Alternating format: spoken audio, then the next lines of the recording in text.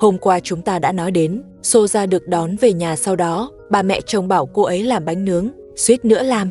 Bà mẹ chồng tức phát ngất, nhiều cư dân mạng thắc mắc vì sao 2 hôm nay không thấy vợ cả, ai cũng muốn biết tình hình của cô ấy. Thực ra, vợ cả vẫn đang lang thang trên núi, cuộc sống của cô ấy rất khổ sở. Dù người tốt đã mang lều đến giúp, nhưng cái lều này không thể chống lại cái lạnh. Cô ấy và 2 đứa nhỏ co ro trong lều, ngay cả một tấm chăn cũng không có. May mà 2 ngày nay thời tiết ấm hơn, xem ra ông trời vẫn còn thương cô ấy.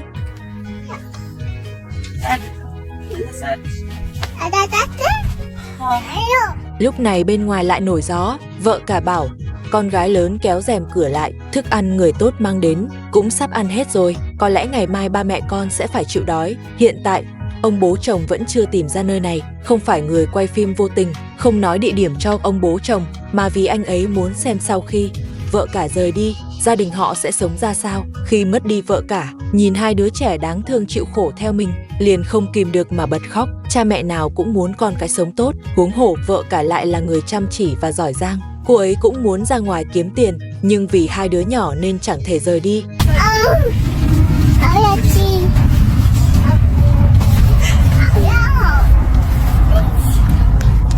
Nước mà người tốt mang đến cũng hết rồi, con gái lớn đổ chút nước cuối cùng vào cốc, nhìn cô bé rất vui vẻ. Bé không biết mẹ bị đuổi ra khỏi nhà, còn tưởng mẹ đưa mình đi chơi, vì bé mới 3 tuổi, có nói thật bé cũng không hiểu. Con gái lớn nhìn mẹ khóc, mà trên mặt vẫn nở nụ cười hồn nhiên, như vậy cũng tốt, vì tuổi thơ rất ngắn ngủi, hãy để các con được vui vẻ đi qua những ngày này.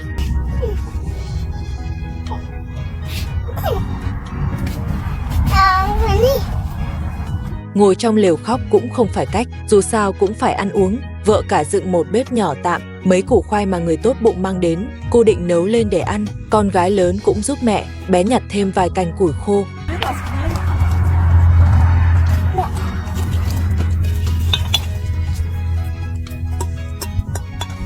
Vợ cả định đun chút nước để pha sữa cho con gái út, nhưng đến nơi mới biết nước đã bị con gái lớn uống hết rồi. May mà người quay phim lại giúp đỡ, mang cho họ một tấm chăn và một bình nước lớn, còn mua cho con gái lớn một ít quýt. Dù những thứ này không nhiều, nhưng đối với vợ cả mà nói, đúng là cứu trợ lúc nguy cấp, khiến cô vô cùng biết ơn.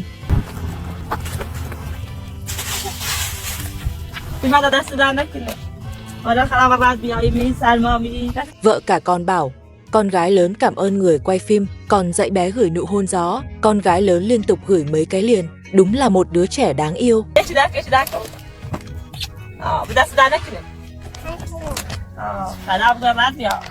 Vợ cả lập tức lấy tấm chăn ra, rồi vào trong lều đắp cho con gái út. Bây giờ cũng đã có nước, vợ cả phải pha sữa cho con gái út.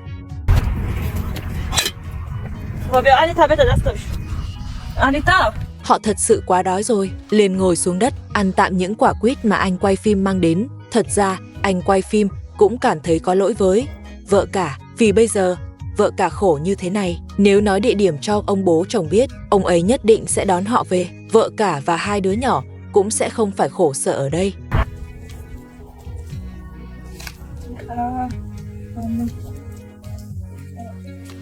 Anh quay phim vào trong lều xem thử, phát hiện cô con gái nhỏ của vợ cả đã thức rồi, không khóc cũng không quấy. Thấy anh quay phim còn cười nữa, như thể đang cảm ơn anh vì tấm chăn đã tặng, để đêm đến không bị lạnh.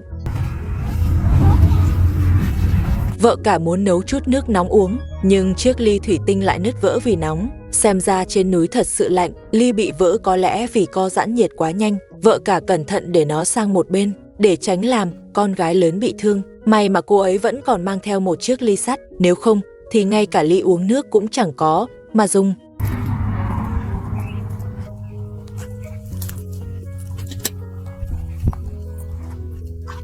Ly vỡ chưa bao lâu thì áo của vợ cả cũng bị cháy thủng một lỗ lớn. Con gái lớn thấy vậy vẫn rất vui, bởi vì giờ nó đã được ăn no, nhưng tâm trạng của mẹ nó thì nó không thể hiểu được. Nó còn nằm trong lòng mẹ, đòi mẹ dỗ ngủ, không biết bước tiếp theo vợ cả sẽ làm thế nào.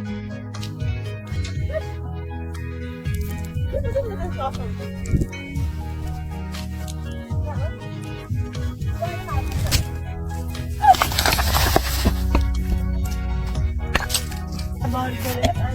Orang harus ada. Ini saya ini sih. Hôm qua chúng ta đã nói đến, vợ cả gặp khó khăn trong cuộc sống, may mà có anh quay phim giúp đỡ, mang cho bà ấy một tấm chăn và một ít đồ ăn, nhờ vậy mà vợ cả và các con không bị đói rét. Hôm qua, ông bố chồng cũng không ra ngoài tìm vợ cả, có thể là sức khỏe của ông không tốt, hoặc là vì ông không tìm đúng nơi. Hôm nay không biết vì sao, vợ cả mang theo lều, rồi đổi sang một chỗ khác. Nhìn nơi này thì ánh nắng có vẻ nhiều hơn, nhưng bốn phía đều là những rãnh sâu, ở đây nhất định phải trông chừng con gái lớn, tránh để bé ngã xuống dưới.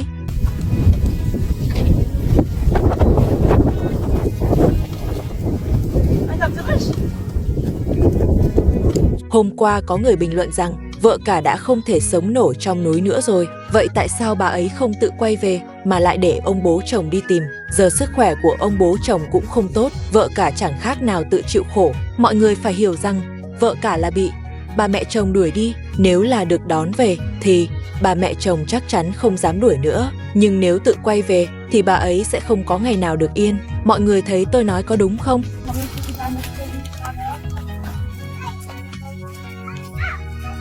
Dựng xong lều, vợ cả đi xung quanh một vòng để làm quen với môi trường mới. Không biết con gái lớn nhặt đâu ra một cái xẻng, vợ cả cầm lên nhìn một chút rồi cũng không để tâm. Một lát sau, con gái lớn lại nhặt được một món đồ trang trí trên lớp xe. Xem ra nơi này rác khá nhiều, vợ cả nghĩ mình ở đây cũng không làm được gì, chi bằng nhặt rác đem đổi tiền. Trước đây bà ấy cũng từng nhặt rác đổi tiền, tuy số tiền không nhiều nhưng vẫn đổi được một chút thức ăn, dù sao cũng tốt hơn việc mỗi ngày dựa vào người khác. Nghĩ vậy nên vợ cả bắt đầu bới tìm trong đống đất.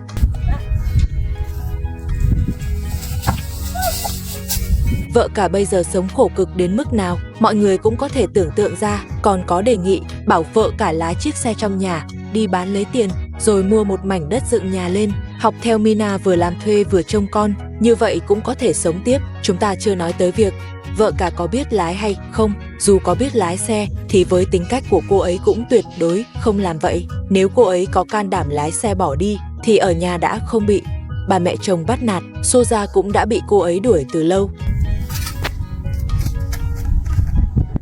Vợ cả vẫn đang tiếp tục lật tìm đồ đạc, những tảng đá có thể nhấc đều bị cô ấy xem qua hết, cũng không thấy có rác gì đáng giá. Tìm thêm một lúc cô ấy đành bỏ cuộc.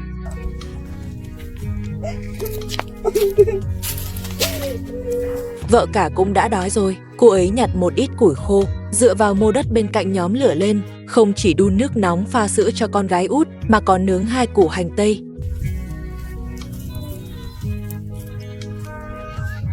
Vợ cả thực sự quá đói, hành tây còn chưa chín hẳn, họ đã phải ăn tạm ít. Quýt và bánh nướng mà nhiếp ảnh ra đưa hôm qua, ăn một lúc thì hành tây cũng chín. Vợ cả đưa củ hành nướng cho con gái lớn cũng không kén ăn, có gì ăn được là vui rồi. Em bé còn cười với nhiếp ảnh ra, xem ra trẻ con vẫn dễ hài lòng hơn người lớn. Ở nơi hoang vắng như thế này, không biết vợ cả còn cầm cự được bao lâu, chỉ mong ông bố chồng sớm tìm thấy họ. Ngày mai chúng ta sẽ cập nhật tiếp. Bà mẹ chồng đã đưa Soja về, sau đó bà cũng đã nhận lại sự báo ứng tương xứng. Soja từ khi về nhà chưa từng làm việc nhà, không biết cô thật sự không biết làm hay chỉ giả vờ. Ông bố chồng mỗi ngày đều bị cô làm tức phát điên. Ông bố chồng trách Soja rằng cô không biết quét nhà, cũng không biết giặt quần áo, lại càng không biết nấu ăn. Rốt cuộc cô biết làm gì? Thấy Soja không nói gì, ông bố chồng liền hỏi bà mẹ chồng, bà đưa nó về làm gì? Bà mẹ chồng đưa tay ra, bảo Soja đi lấy cho bà cái nĩa.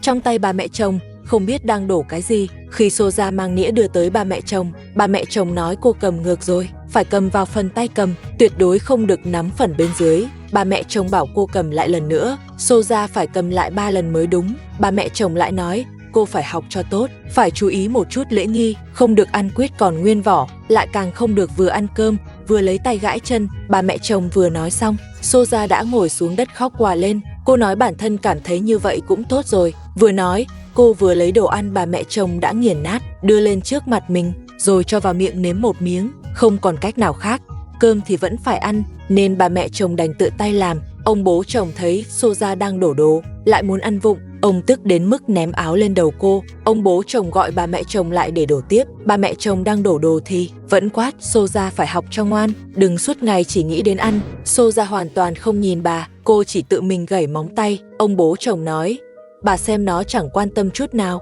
nó biết bao giờ mới học được đây. Bà mẹ chồng nói, ông phải kiên nhẫn, nó nhất định sẽ học được thôi. Soja đã về được 2 ngày rồi. Ông bố chồng thì 48 tiếng chưa ngừng tức giận, không biết có làm bệnh tình của ông nặng thêm không. Bây giờ ông bố chồng cũng trở thành nạn nhân rồi. Sắp đến giờ ăn rồi, bà mẹ chồng muốn Soja thể hiện một chút nên bảo cô mang tấm trải ăn và bánh nẳng lại đây. Bà mẹ chồng nghĩ việc đơn giản như vậy, cô chắc là làm được rồi. Ai ngờ, Soja lại đặt tấm trải ăn và bánh nẳng trực tiếp xuống đất. Cô cũng không trải tấm ăn ra, bà mẹ chồng lại chỉ đạo Soja trải tấm ăn cho đúng. Soja thì rất nghe lời, cô cầm bánh mì, trải tấm ăn ra rồi lại ném bánh mì lên trên. Ông bố chồng nói, thấy không, tấm ăn mà nó còn không biết đâu là mặt trước mặt sau. Bà mẹ chồng bảo, thôi ông cứ tạm ăn đi, dù sao cũng bẩn rồi, có lật lại thì cũng vậy thôi. Soja thấy hai người họ cãi nhau, cô cũng không khách sáo nữa, cô gom hết bánh mì lại rồi đưa vào miệng ăn luôn. Ông bố chồng và bà mẹ chồng nhìn mà choáng váng. Ông bố chồng nói, cô ăn hết rồi thì chúng tôi ăn gì? Soja cũng rất rộng rãi, cô lại ném bánh mì xuống tấm ăn, bảo hai người họ tiếp tục ăn đi. Ông bố chồng vẫn cứ lải nhải không ngừng, nhưng Soja hoàn toàn không để ý. Cô còn ném cho ông bố chồng mấy miếng bánh mì, còn mình thì tiếp tục ăn. Bà mẹ chồng bảo Soja đi lấy vài cái đĩa để họ chia đồ ăn.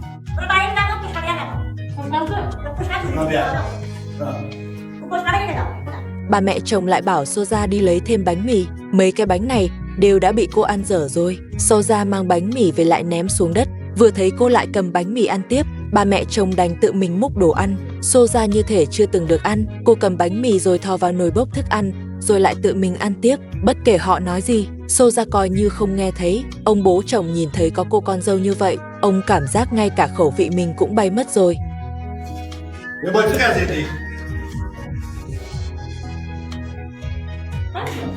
Ông bố chồng đang nói thì bà mẹ chồng lại banh Soja. Ông bố chồng thật sự chịu hết nổi rồi. Ông bảo người quay phim chụp cận cảnh cho ông để xem Soja rốt cuộc ăn uống thế nào. Lúc này Abu cũng bước lại gần. Ông bố chồng bảo anh xem người vợ mà anh đưa về, nhìn cách cô ấy ăn xem có đủ khiến tôi tức chết không. Abu cũng bảo Soja ăn chậm lại một chút, đừng có nhai to từng miếng như vậy, như thế nhìn rất là khó coi. Nhưng Soja chẳng thèm để ý. Cô nghĩ nếu chọc tức ông bố chồng đến chết thì trong nhà sẽ chẳng còn ai ngăn cản cô nữa.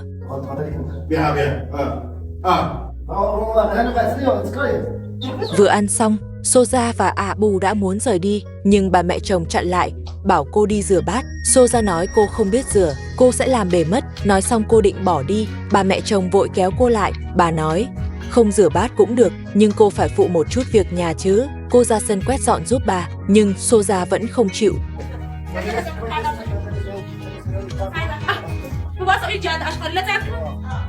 Cuối cùng bà mẹ chồng cũng giữ được. Soja lại, bà đưa cho cô một cái chổi. Soja quét rất miễn cưỡng, cô quét một cái bên trái, một cái bên phải, nói chung chỉ quét cho có. Bà mẹ chồng lại mang ra một tấm thảm, bảo Soja quét xong thì tiện giặt luôn. Soja nói, tôi về đây không phải để làm việc nhà cho các người, biết vậy tôi đã không trở về từ đầu. Nếu chỉ để làm việc nhà, vậy sắp tới Soja sẽ giặt thảm như thế nào? Chúng ta sẽ nói tiếp ở phần sau.